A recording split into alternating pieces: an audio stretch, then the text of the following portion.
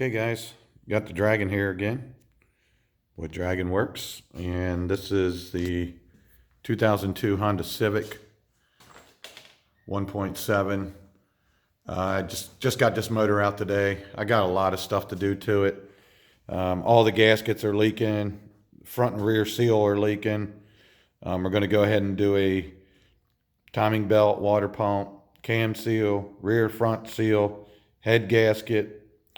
I'm going to pull the head off and rebuild it, lap the valves, put all new seals in, get that done. Just get it kind of freshened up a little bit, get all the leaks fixed. It's pouring oil out, so I'm also going to do the pan gasket.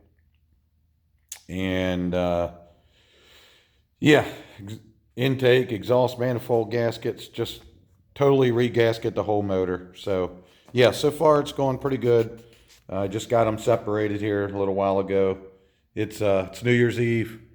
It's already dark out. See out the window there. So yeah, I'm still here at the shop working. Everybody else is out celebrating. But good little job here. So I wanna get it done for the customer.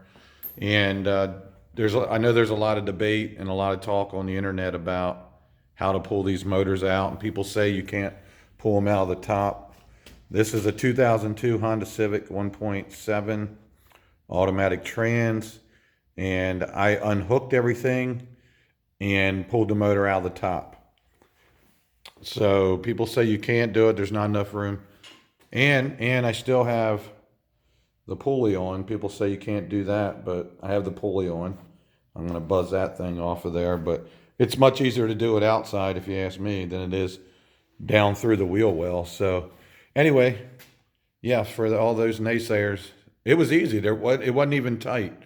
Basically, like you do any engine, especially if they're rear wheel drive, you usually have to tilt the engine like this and pull it out. Well, you got to do the same thing. The front of the engine right here has got to be tilted up and pulled out.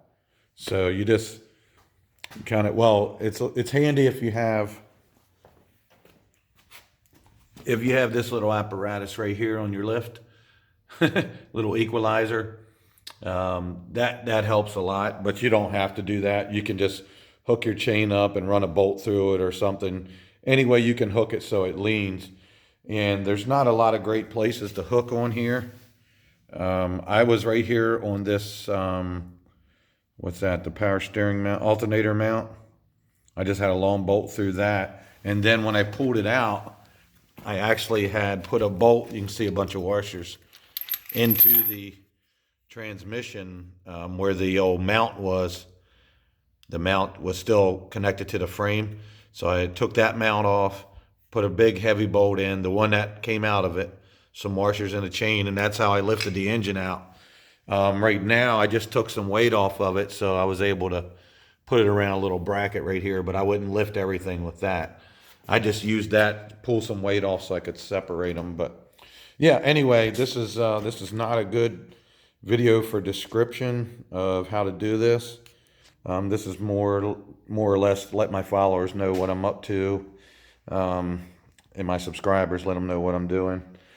But I thought I would explain a little bit of stuff. So yeah, I think some people say on these, pull the subframe out and drop the motor out of the bottom and all. That's fine. You can do that too. That just has a whole bunch of other issues when you pull a subframe out of a car. So I don't know, to each his own. I don't think any way is really fast. I think a lot of people exaggerate how fast they do this job, but I like to be real thorough and do it right. So I kind of just take my time and do it the way I'm used to doing it, which is right out of the top. You just unbolt the AC unit. Sorry about the light. You just unbolt it. Hold on.